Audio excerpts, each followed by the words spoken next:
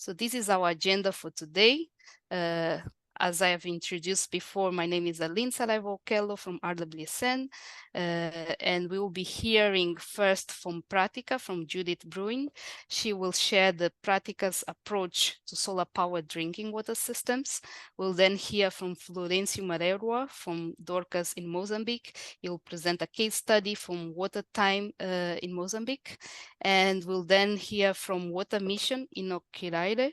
He will share about technical challenges for solar-powered water systems design and installation.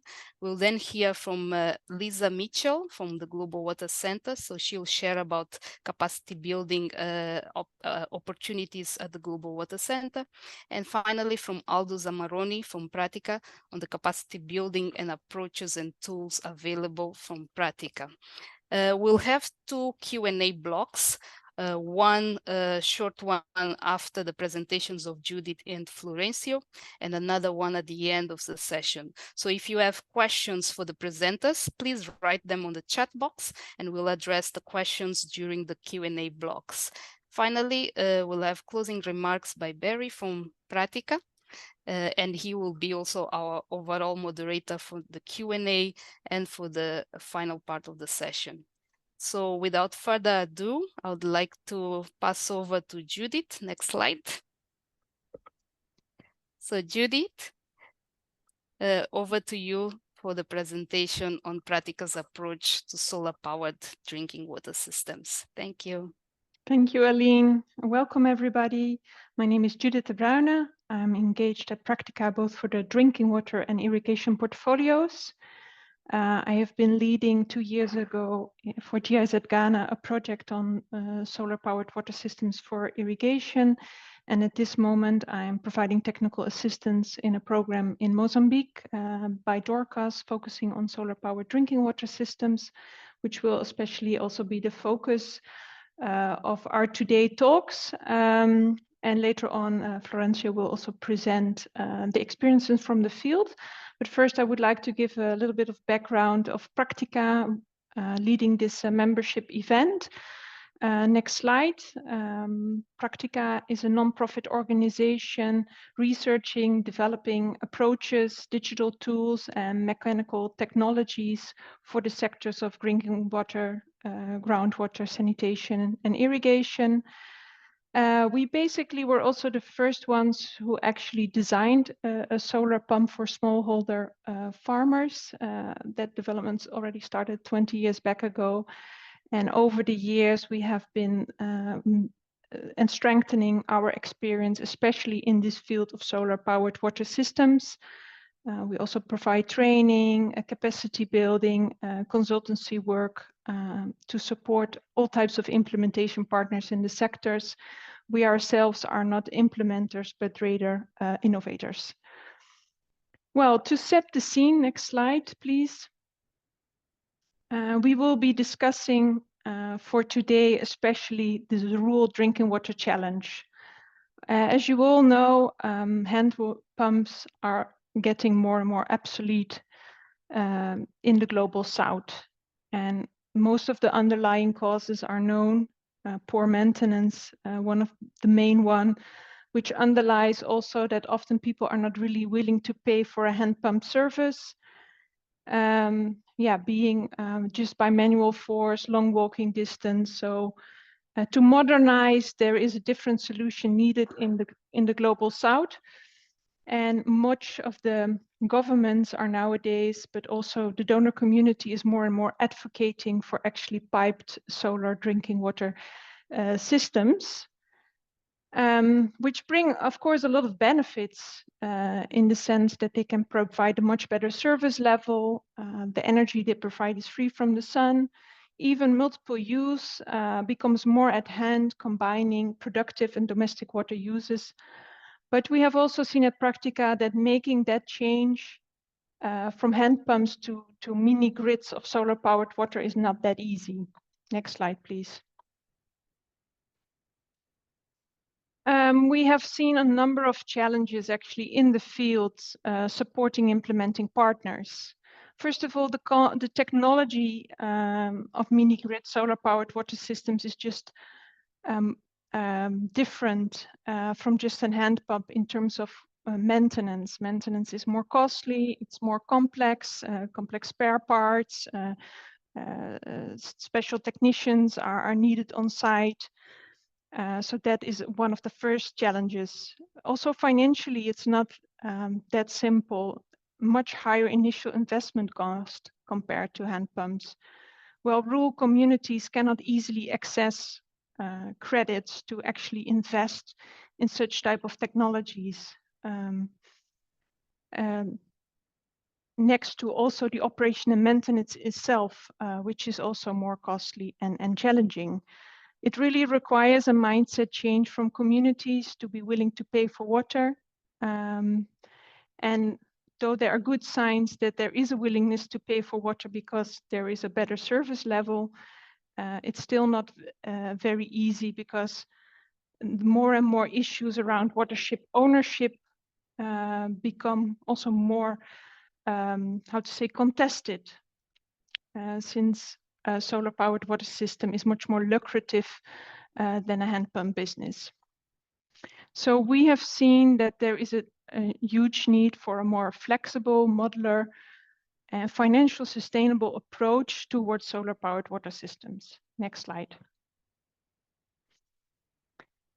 Therefore, we came up with the water time concept.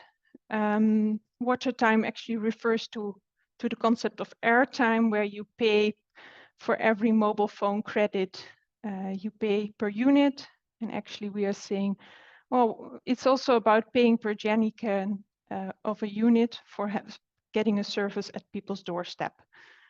So to get those type of systems from the ground, we first of all see that it's very important to not oversize solar-powered water systems. Often there is the thought like, okay, we just forecast the population growth for the next 10 years, and we set in place a large piped system which will serve that population in 10 years from now. But in principle, often it's overlooked that rural communities cannot easily maintain such a large system. So we believe in a modular design approach where step by step, you start small with just one water kiosk in place as a public tap point, and slowly that system with demographic growth and socioeconomic growth can be enlarged with setting up additional household connections to in the end also make it financially viable. Well, to make it financially viable, also cost recovery and payment from users is important.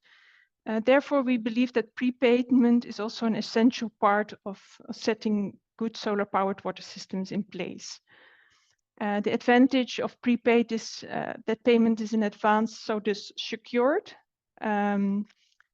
avoiding mishandlings of money. At the same time, it also saves water because people just pay for what they really need, which is from the climate change perspective also interesting. We believe that mechanical prepayment is the most effective in rural areas because these type of systems are low in maintenance costs. Third of all, in the water time, we believe planning and monitoring is vital. So we work with so-called asset management tools to forecast expected maintenance cost and see how that can match with a good income to cover for those costs and a water tariff alongside. Which actually brings me to what we see as the most vital steps in solar-powered water systems. And so I've tried to highlight those steps in the left bar and also pinpointing the most important ones. First of all, we feel that site selection is vital. Site selection is often just looking at geophysical aspects. Are there sufficient wells with capacity to serve all those people?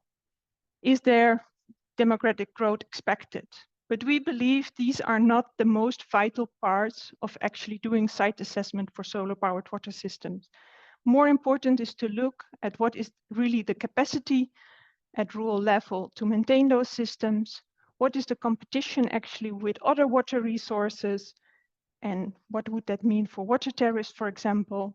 And what are people's attitudes actually for making that transition from hand pumps to solar-powered water systems and their willingness to pay for a certain water service level. To map that really well is vital, and at the same time, not just map that from the start, but be very modular and flexible as well in the monitoring and evaluation phase, where we explicitly also emphasize on the financial optimization. So it might be that in some cases, you set a bit of a lower water tariff at the start to ensure that the capacity of communities there to pay for water, but slowly, when the system is expanding, having more household connections, better socioeconomic conditions, water tariffs can be raised alongside. But overall, in the long run, from 10 to 15 years from now, you will have a financially sustainable system in place. Well, I guess there is so much more to tell about water time and what it can mean for solar-powered water systems. But I think you would really like to hear experiences from the field. So I would like to hand over the floor to Dorcas Mozambique to share those. Thank you. Thank you. Thank you, everyone. And thank you for the opportunity. I am Florencio Mariua. I am the country director of Dorcas in Mozambique. And it is a pleasure to be with you. Next slide, please. This is Water Time is a project that is being implemented in Mozambique in partnership with Practica, and this is how it works. There are three components to it. One being that it is a modular system, which is solar powered, and you can extend it further from, say, the site where the borehole has been drilled. It uses a mechanical prepaid system, which actually facilitates and easy to work with. I know of many digital prepaid systems. In the context that we are working, language, level of education, and so much can actually sometimes be a hindrance to actually access the water that people need. So, and once they break, it becomes a challenge. Most of you would probably understand what I'm saying. And the third component of it is that there is a water system asset management tool that has been in collaboration with Practica and also with input from the field. We're able to develop it, and it is very effective because it actually forecasts what the system would, or how it would work, and what will be needed, how much you'll definitely need to actually keep the system going. What some of the benefits of the Water Time project is that it works off the grid. Now, doesn't mean to say that it is not accounted at the government level. It is accounted because Dorcas reports the number of boreholes and the numbers of systems that it has to the National Directorate of Water. But it's not connected to the networks. It is a modular, as I mentioned earlier. Also, because it's modular, it's flexible, you can pipe it, we can bring it very much closer to the people that need the water most. And also, by having that system, you actually have a higher recovers in water consumption and less loss of water in terms of wastage, because you have to pay for it. Sustainability, it is actually good. And the way this Water Time functions is actually helps in job creation, because it is operated by someone, and that person who operates may hire people who will then be working to sell the token coins. So it actually responds to the demands that the world, and especially in rural communities, is asking for. Next slide, please. Here we are looking at how is the siting and planning of this system works. First, we start by making a survey. We try to understand if there is a demand. I think from Judith's presentation, you actually could also understand that. Then we see if there is the buying power, if there is willingness for them to pay. So we set it up in a context where we would have done a thorough assessment. And then we also extend kiosks, and we also try to do household connections.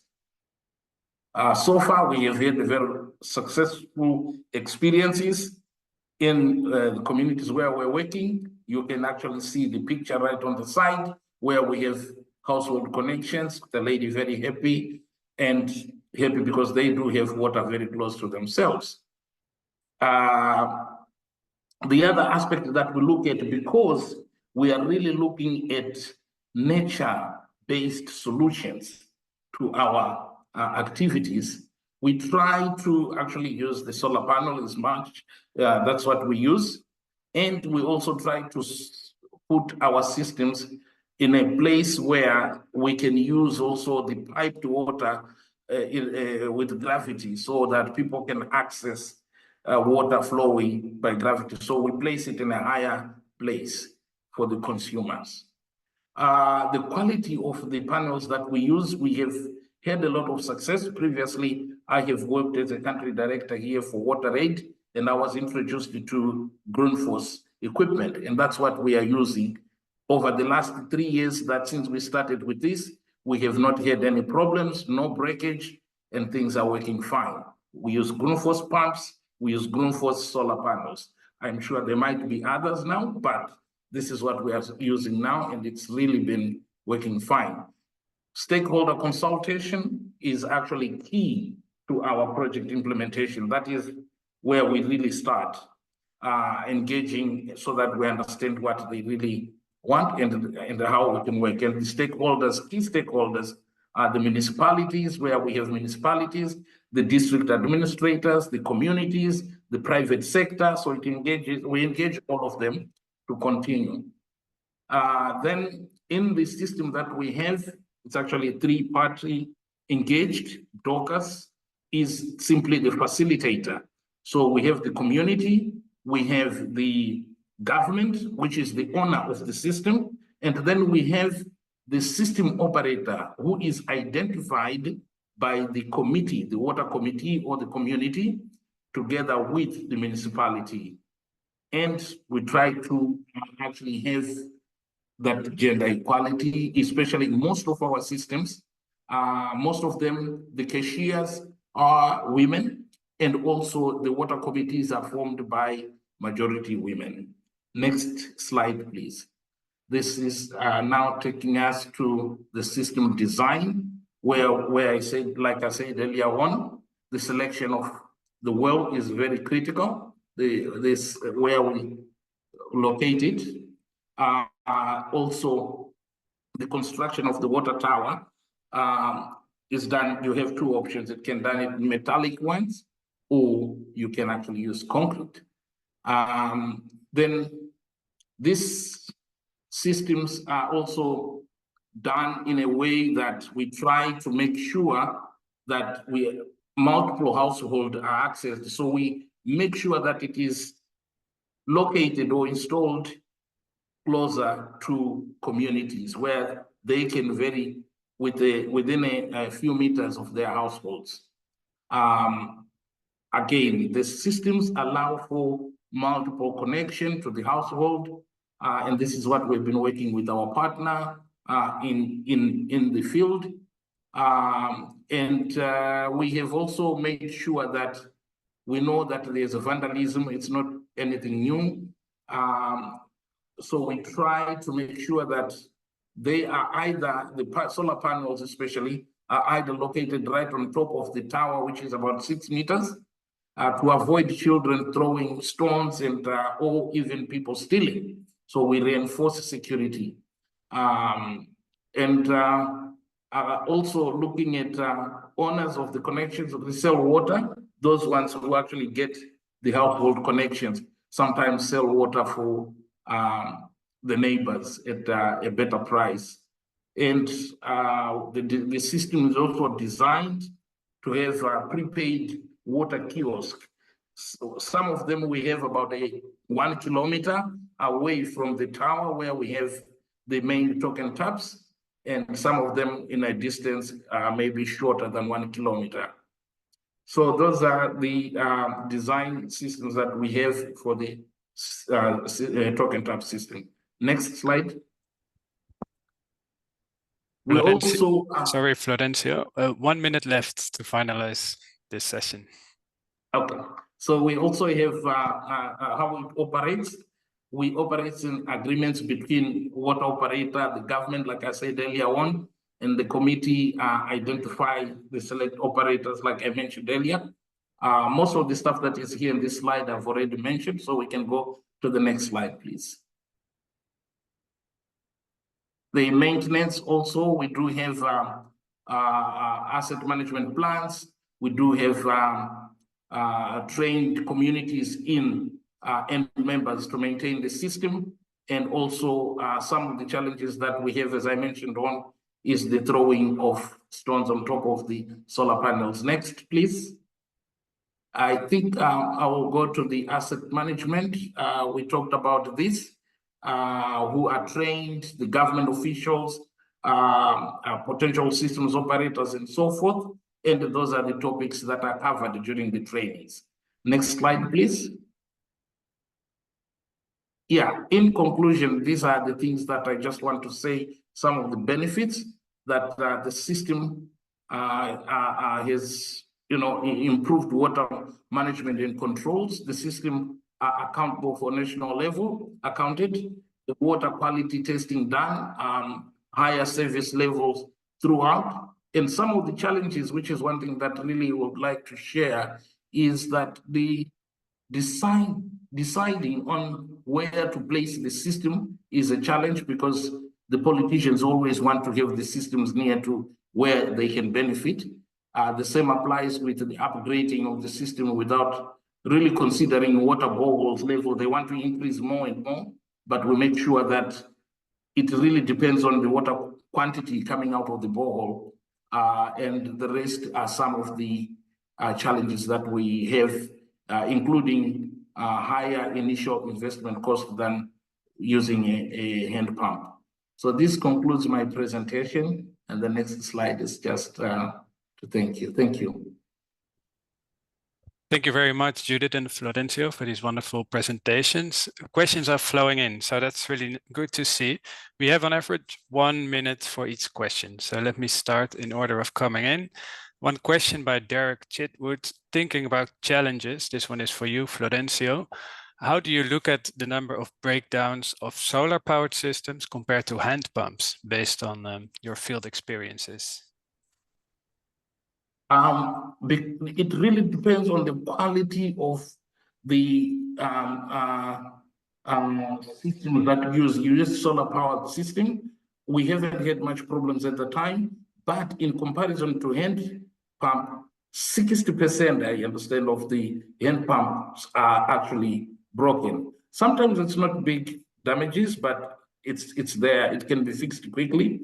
However, that's the reality on the ground. Thank you. Thank you very much. Then some question for Judith. Judith, first question, is WaterTime a franchise model? No, it's not a franchise model in the sense that it's a kind of commercial model. Practica is a non-profit, and in that sense, we provide technical ideas which can be tested and implemented by everybody who has an interest. Yeah, shortly. Thank you. Other question to you, Judith. How does the mechanical prepaid system work? Is it completely non-digital with no electrical components?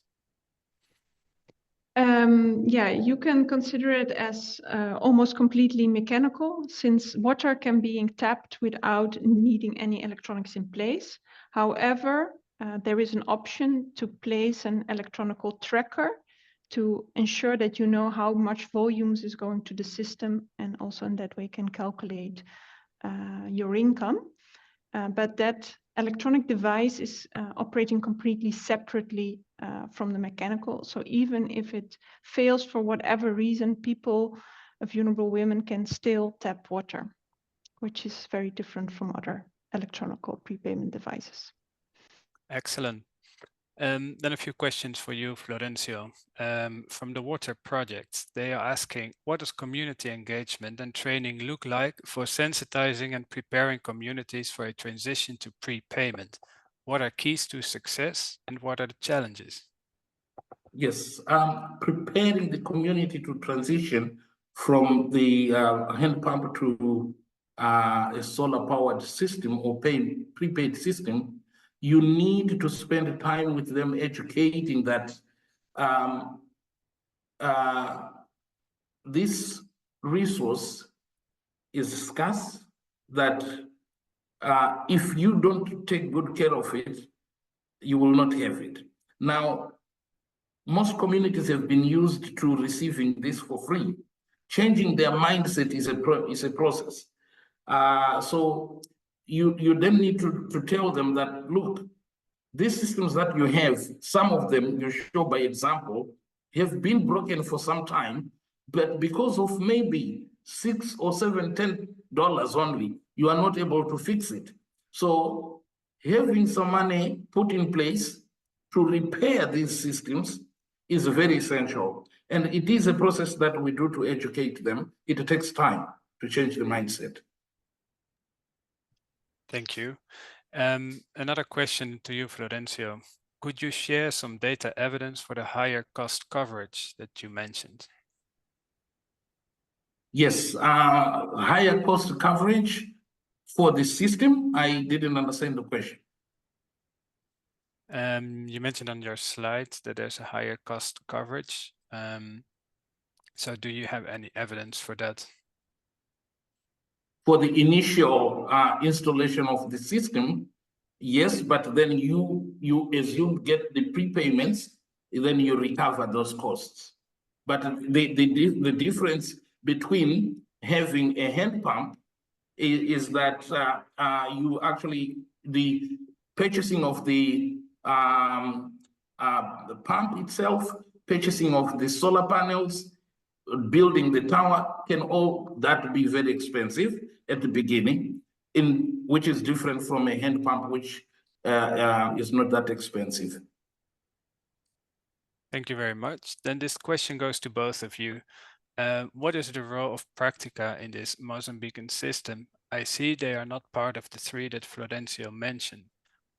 Can you provide clarity on the role of Practica in this at all? Well, the role of Practica is a technical assistance partner. So we provide advice to Dorcas and local partners. Dorcas works with how they could implement the water time concept. Yes, like mentioned earlier on, Practica is also involved in innovation. Dorcas, yes, is an organization that also focuses on innovation, but we learn together with Practica. We build based on the initiatives and the results from the field. We are in the field, and our experiences help Practica come up with solutions. One of them is exactly this one. There are various ones like the manual drilling and other things that we are working together, not only in water, but also in agriculture. Thank you very much. Unfortunately, we cannot answer all the questions right now, but let's do two and have a quick answer for that. Florencio, first of all, as an owner of the system, what responsibilities does the government have, and what part of the collected tariffs are they receiving? Has ring fencing these funds been a challenge? As the system operator, you have an agreement with the government, who is the owner of the system, and that tariff is normally regulated by the government. So that's how it works. So the government with the community, then gives the contract or the agreement to the system operator. That's the relationship that exists. Thank you very much. Final question to you, Judith. Is there a minimum population of people willing to pay for a small-scale solar-powered pipe modular system that will make it more cost-effective than a network of hand pumps? Well, this is a very technical question. We haven't done in-depth research on that one, and it's also very context specific. But indeed, an interesting question, I think, at large to think about in the wash sector, and perhaps also good to that we all as Practica tend to provide independent advice. We also see a lot of circumstances where hand pumps is still a logical solution. We are actually also developing mechanical prepayment devices for hand pumps.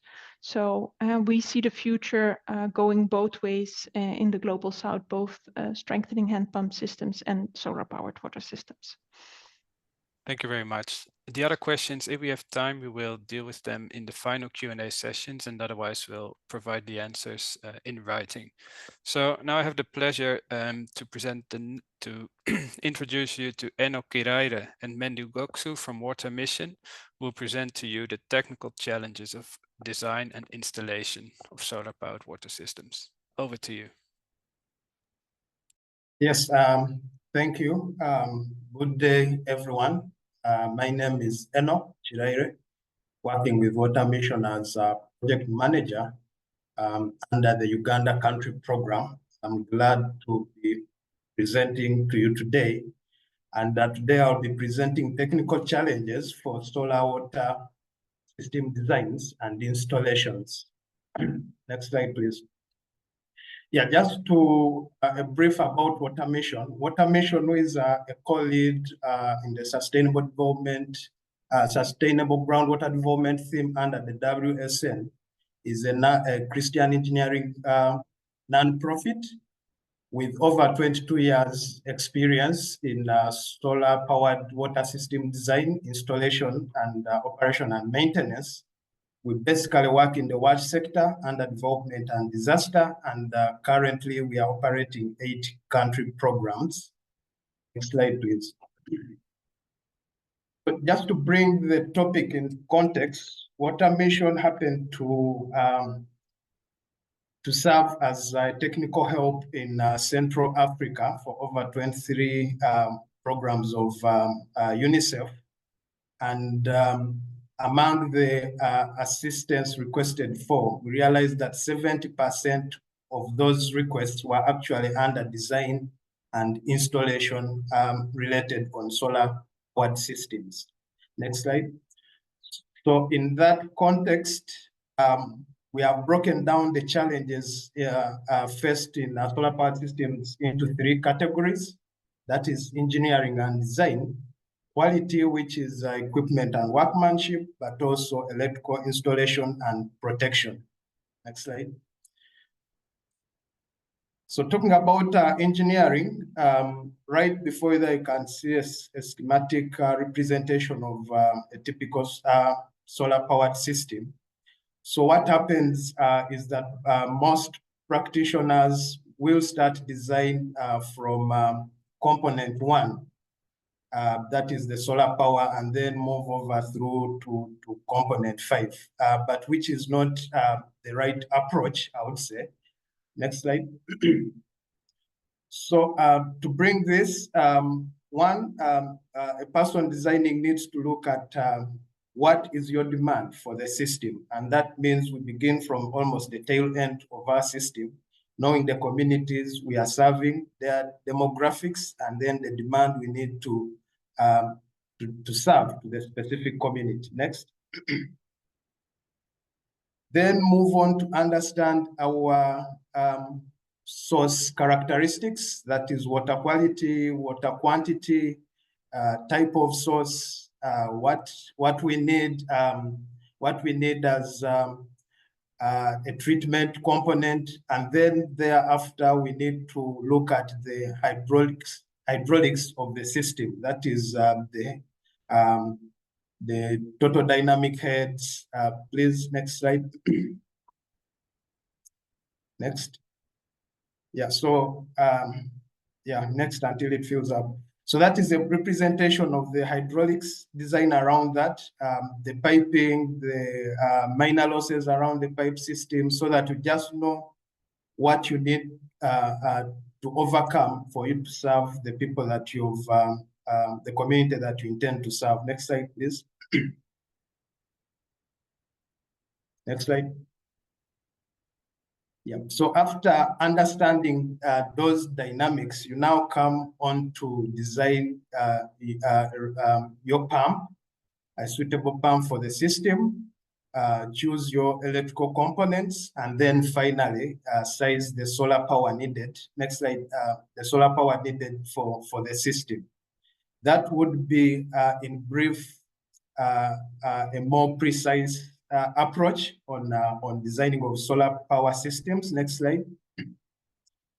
Then the other challenge that we talked about is around quality. And as you realize, as a lot of human needs for energy are going solar, we are having a lot of counterfeit products on the market. So it's very vital for us to understand the quality of materials we are using for our systems, but also quality in terms of implementation. Right there, you can see two pictures on the left and on the right. On the left is a poor workmanship that you can see, which normally affects the operation of solar-powered systems, but also puts the operators at risk of getting occupational hazards operating under systems that are poorly installed. Then on the right, you can see a typically almost quality installed system with neat installations, neat solar arrays, and all that. Next slide, please. So the other component is around, we talked about, is around electrical installation protection. Now, the core of a solar powered system is in its electrical components, and it's vital that we do a lot of adequate protection. That is to do with surge protection, that is to do with adequate grounding, right wiring, but also grounding around the solar equipment. That gives your solar power more life in operation. So next slide.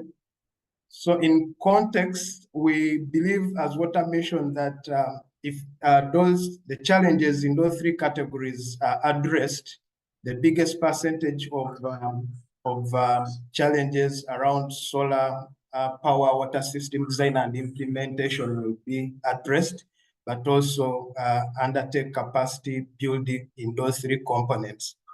So with that, I want to thank you for listening and pass over to Lisa for the Global Water Center. Thank you. Thanks very much, Enoch, and for the excellent presentations before me. I'm going to speak very briefly about the different opportunities that Global Water Center has for training related to solar power water systems. So you can pass to the next slide. The Global Water Center offers 2 courses on solar power water systems, and these courses were developed in collaboration with Water Mission, UNICEF, and COST, and then a very large committee of advisors from the sector. The first course that we have is on solar power water systems, an overview of principles and practice. And that course is supporting individuals to decide whether solar power water systems are appropriate in a specific context. And the second course is related to designing solar power water systems. You can pass to the next slide. What's unique about each of these courses is that they're not theory-based. They are online courses that are cohort-based. So you go through a 5-week course with a group of individuals, but you access content on your own time and discussion forums. And you're working through actual case studies in both of those cases. So for the overview course, you are evaluating a community where a solar power water system has been installed and not effective, and trying to figure out what is behind that. And then you're also looking at a second context where a system hasn't been put in place, and you have to evaluate whether it is viable. And in the design course, you're actually working through the design in two different scenarios: development scenario and humanitarian context scenario. So it's very hands-on courses that are highly interactive, and also focus a lot on building a community and discussions. And you can pass on to the next slide. So our courses are generally offered once or twice per year. The next course that is coming up for the Designing Solar Power Water Systems is on July 15th. There is a limited number of sponsored seats that are available for the course. And for organizations that are interested in having several seats, 10 or more for their organization, they can get in contact with us for 2025 to look at pre-reserving the seats, prepaying larger batches of seats. But there are seats that can be accessed that are sponsored for free. So encourage you to all check out this link after the webinar and to apply for the next course that we have coming up. And there'll be a link at the end where you can reach out to us for more information. So I'm going to pass things on to Aldo. Thank you so much, Lisa. And I hope everyone is enjoying the presentations. My name is Aldo Samarroni, and I work for Practica as irrigation and wash specialist. And we'll be touching upon the capacity building and approaches that we have as Practica to support on the different steps of solar power water systems. Next slide, please. So we have already heard about all these steps: the siting and the planning, the design, operation and maintenance. But we as Practica, as innovators, we often develop tools and tailor-made trainings that accelerate the implementation and improve the quality of the work in the field. I will be explaining and showing each of these boxes that you see on your screen. For example, for siting and planning, we have been working on the driller's toolbox that supports on the selection of the site where the borehole will be drilled. And at the same time, we have the water point site selection tool that is under development, which together with the modular design manual allows to cover step 1, 2, and 3 for the vital steps for solar power water systems. Once the system is installed and ready to start operating, it makes sense to start working and focusing on the overall monitoring of the work, how the system is working, how is it looking for the years ahead in terms of sustainability. So we have developed the asset management training app, web and dashboard to support our local partners, which Florencio touched upon during his presentation. And moreover, we haven't forgotten that solar irrigation also exists. And it's good always to have the good picture, even though there are for different uses, and it's important that to keep in mind. But we have also developed some tools to sizing and to select correctly the type of pump, and also some technical trainings and finance trainings that support for the good rollout of these type of programs. Next one, please. So the Driller's Toolbox is a mobile app that supports on the three main processes of drilling the borehole, which is doing the drill log, conducting the pump test, and doing or having a report on the geophysics.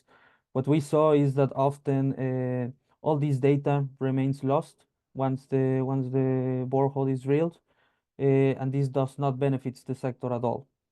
At the end, we all want to make that data-driven decision making that helps for more sustainable decision making in the long term, and also to benefit the end users of these boreholes.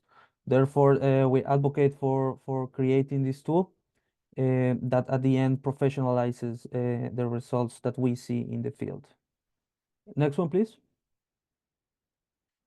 Continuing with point 1 and 2 that we saw on my first slide, we are developing the water point site selection.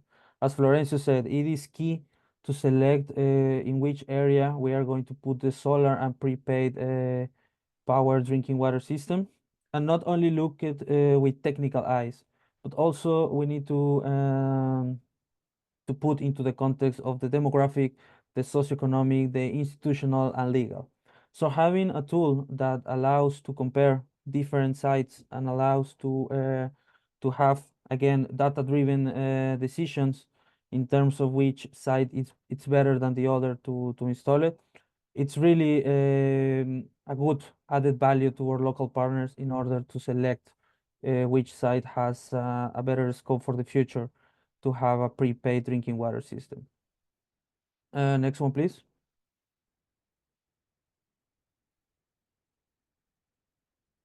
And together with these two tools, we have also technical training manuals on modular design of small solar power water systems that allow for the flexibility that you did mention at the beginning. This tackles one big problem that we often see when the system when the systems are installed in the field. Sometimes they are forecasted for 10 years, but that only makes more complicated for the users for the first 5 years because they need to be paying for an over-dimensioned system that they're not even using. Therefore, we have developed this technical training manual that allows for a cost-efficient modular design, but that takes into account all the different aspects that we have been mentioning: planning, siting, design, but also the management. And of course, this can come with tailor-made trainings in order to be deployed on the field with the technicians that from the organizations that we work with. Next one, please. Now, coming to the long-term sustainability of the water systems, Practica, together with other local partners, we have developed what we call a water systems asset management toolbox that is composed of an e-learning tailor-made for 3 different target groups, self-paced and also with case studies that allowed you to go through the different real-life experiences that you will get when you are managing a drinking water system. But also comes with access to a free mobile app and a web dashboard that supports for the planning and the monitoring. And it gets visuals or visualizations of how the water in terms of volume is flowing, but also income and expenditures is flowing through time in the system, allowing again to get the big picture of what's happening in the system and allowing to correct or deviate in order to sustain the system on the long term. Of course, this comes as well with technical manuals and Excel-based templates that allow to tailor-made it to the local context where there is no access to computers, where there is no access to mobile app. It can also be done with Excel-based or printing it in paper. Next one, please. Now going into the solar part that I mentioned, we also try to advocate for tailor-made trainings that are tailored to the objectives and previous knowledge of different target groups. When you're on the field, you see that technicians, that farmers, and people from NGOs, they all need to have different knowledge regarding technical and financial curriculums regarding solar irrigation.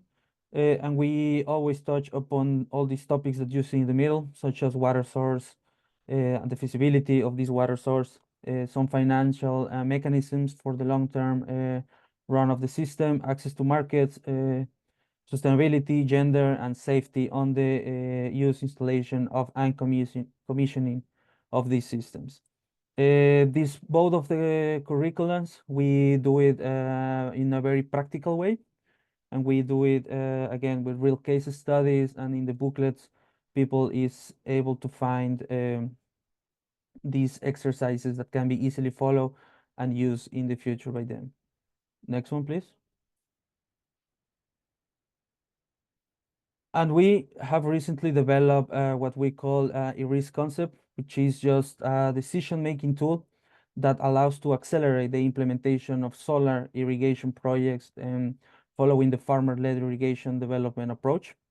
This tool basically allows for the user to make a pre-designed of how many hectares or what is the area that can be irrigated, what type of crops can be irrigated, how does the system should look like, what type of pump or what are the technical characteristics of this pump that should be selected, and also for the application system, where it should be drip, sprinkler, etc.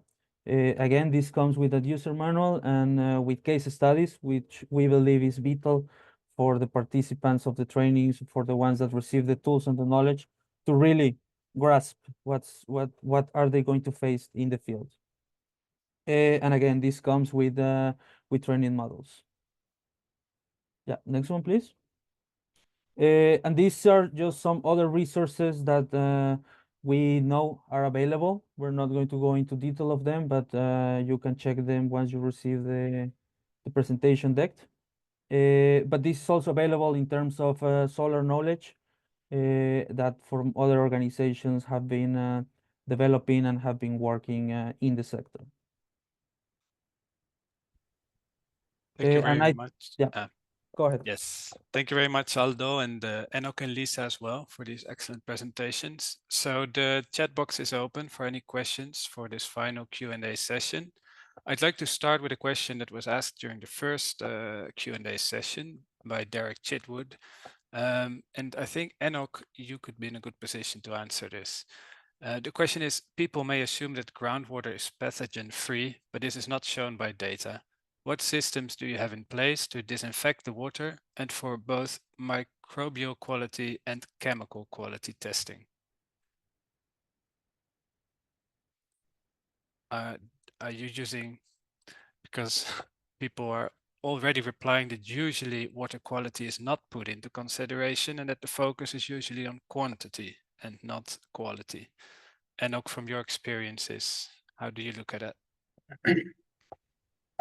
Yes, I think it has been largely the perception around groundwater being safe, but yes, as Derek puts it, it's not the case.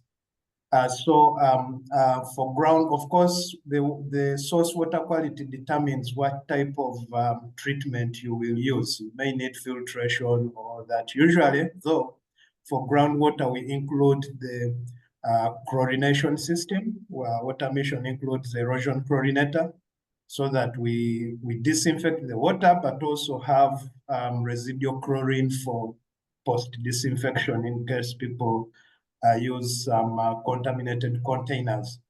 So that is a standard for us, at least for our systems, is that disinfection has to be included on all systems.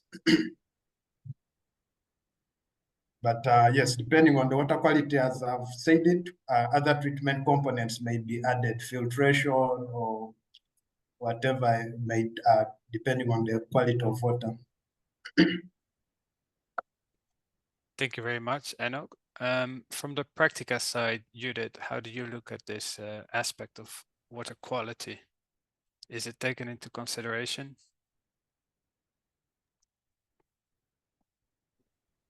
Again, this is very context-specific question where it of course, as Practica, we always advise to look into that aspect. And I think for every organization, this is vital, but it's not a very specific expertise of Practica to provide innovations to purify water. So what we can only do is to refer implementation partners to potential solutions. So yeah. Thank you, Judith. Not sure if you already replied to this in the chat, but there's a question about the Drillis Toolbox mobile app. Is this available in the Apple App Store in the future?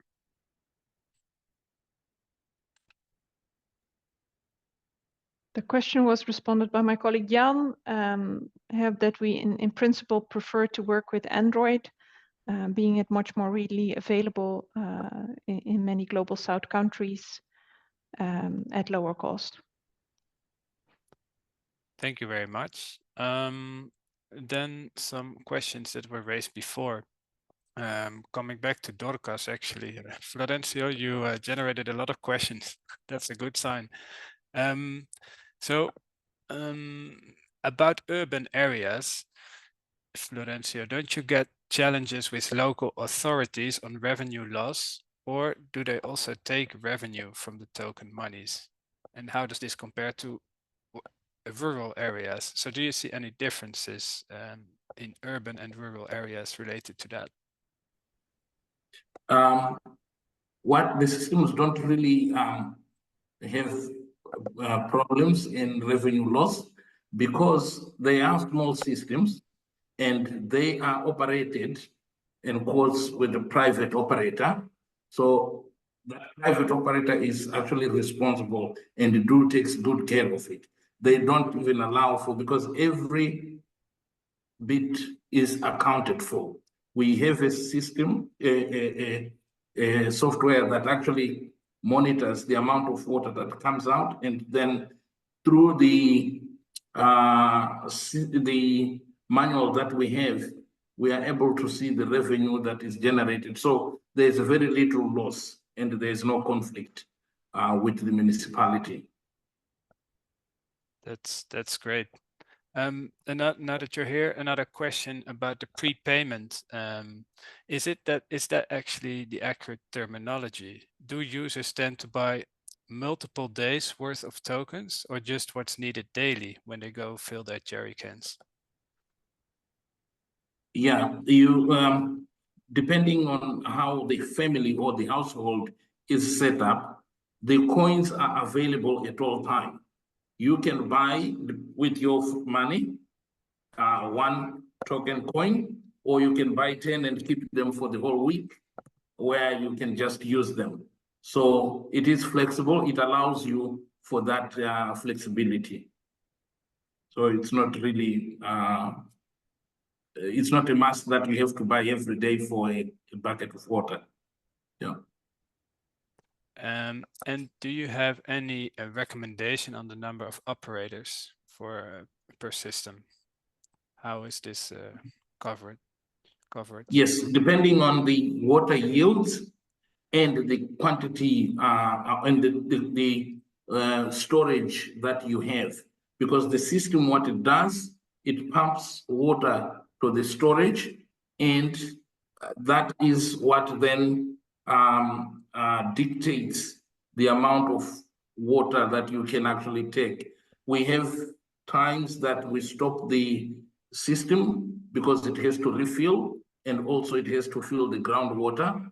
So all those mechanisms are calculated. The systems that we are using at the moment with a 10,000 liter, they are able to give water to about 2,000, 2,500 families a day. Thank you, Florencio. And then it's already 4, so let me address the final question to the Global Water Center. Lisa, are there any apps or resources for solar pumping systems operators that can be used as a guide? Does the Global Water Center offer anything in that respect, specifically for operators? At this point, the Global Water Center offers the courses that we provide, but we are in the process also of designing a operations and maintenance manual that will be quite graphically based and very well geared to operators. No, we don't, at this point in time, we don't have any apps. That may be something that Practica has though. Well, Practica, Judith, any Practica tools that apply to this target group? Yeah, as I was referring to in the chat, the asset management toolbox provides an app which can also be used by operators, for example, to maintain a cash book, to log maintenance activities they did on site, including photos, to do water quality tests. We have also shown the Driller's Toolbox and the app that can be used for that. But yeah, for me, it was not clear from the question raised, like what type of app is being referred to. Well, I think we will share the presentations by email to all the participants with the links to all the tools that are offered related to this topic. So please go through it once you get it in your mailbox and try them out. So yeah, that brings us to the end of this session already. I think we've seen that solar powered water systems, it gives us great opportunities, but for the moment it does come with many challenges as well. On the technical, financial and social side. We have discussed a few solutions ranging from modular building to allow for cost recovery of the systems, a focus on quality materials and capacity building. Courses of the Global Water Center could help that could help us increase the capacity. The tools made available by Practica and RWSN hopefully contribute to that as well. So take your time to go through the materials and reach out to us if you have any questions after this event. Over to you, Aline. Thank you very much. I have a very simple task. I would like to thank you very much to everyone that was able to spare this hour to join us in this event. And as Barry said, if you have any questions to the speakers, please address them on the emails that will be shared afterwards. And we'll be sharing the recording and the presentation that you saw on the event. Thank you very much to our speakers from Practica, from the Global Water Center, from Water Mission and from Dorcas. And we look forward to hosting you again in the upcoming events and webinars at the RWSN Early Webinar Series. Thank you and continuation of a great day.